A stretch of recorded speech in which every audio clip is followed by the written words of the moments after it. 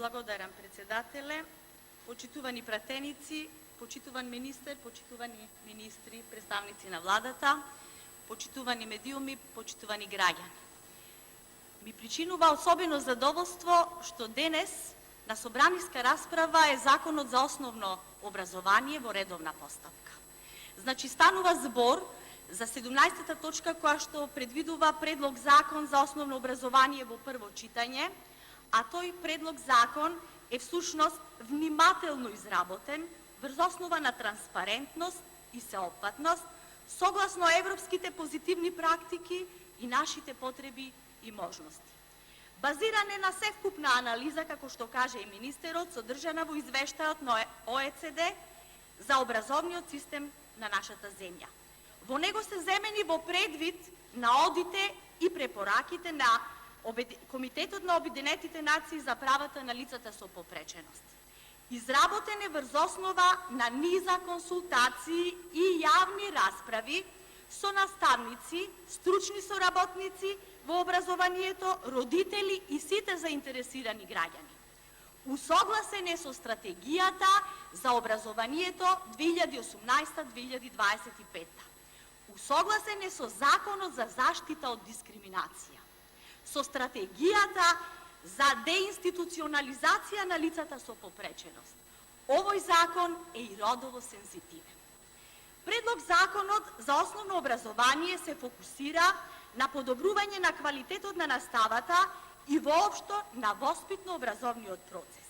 Им дава повеќе можности на сите ученици, со фокус, како што кажаа и претходните, на тие што се со посебни образовни потреби. Би ги напоменала и нагласила следните новини во Законот за основно образование. Намалување на бројот на ученици во паралелката од 20 до 30 цел. Организирањето на учениците во заедница на паралелката и ученички парламент, се воведува и терминот дете правобранител. Заштита од дискриминација и промоција на еднаквост, еднакви услови и инклузивно вклучување на сите ученици во воспитно-образовниот процес.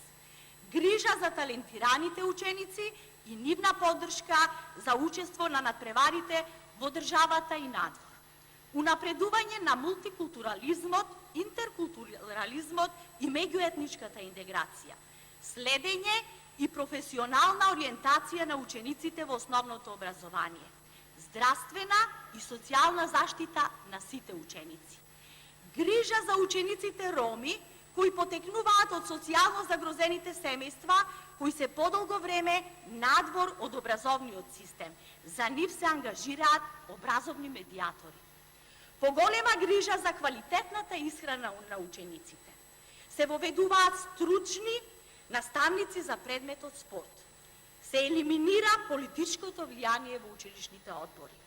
Посебна грижа и точно дефинирани позитивни законски решенија за вработените во основното образование, за наставниците и стручните соработници, кој е дополнет и со следната точка на дневен ред, новиот закон кој што е предложен, Законот за наставници и стручни соработници во основното и средното образование.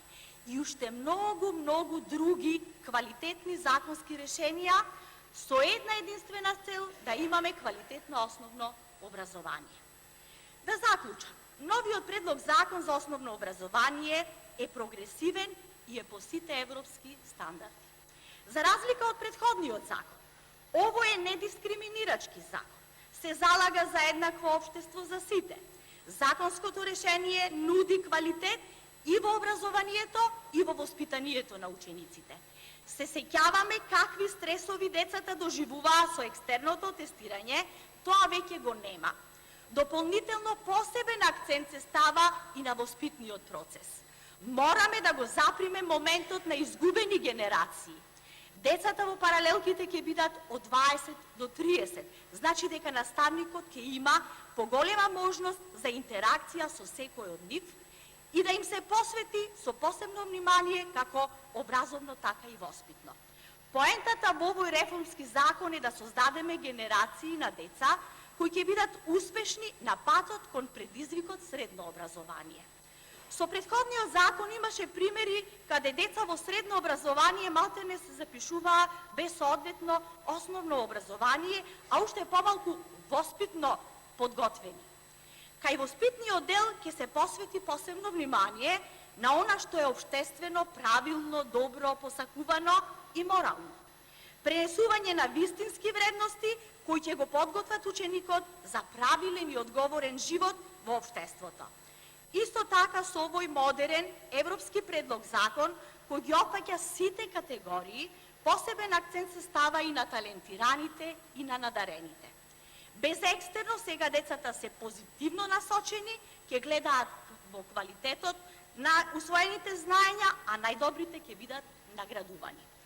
Воспитниот процес, за разлика од предходното решение, кога имавме изгубени генерации, во секој член од предлог законот, погледнете колеги, никаде не е изоставено.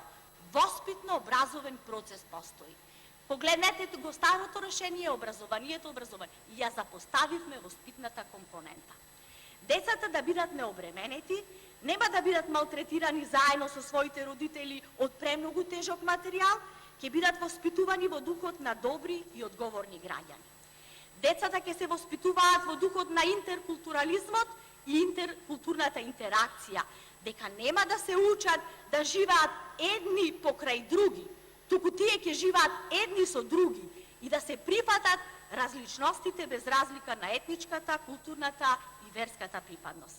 Како што и најавивме, градиме еднакво општество за сите.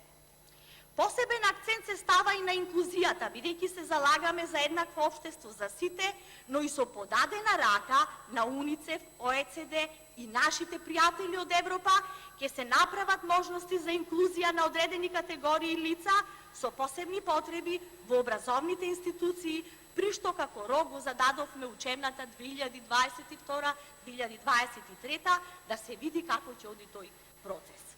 Ова е предлог закон во прво читање, кој секако може да биде надограден и со нови позитивни предлози. Отворени сме преку јавна расправа, која ќе ја организирам во петок. Амандманска расправа да се вградат и нови позитивни моменти. Сметам дека сите ние сме свесни колку за нашето општество е значајно основното образование. Со Законот за основно образование не се опфатени само учениците, наставниците, стручните соработници и другите вработени во основното образование. Овој закон ги тангира сите, буквално сите.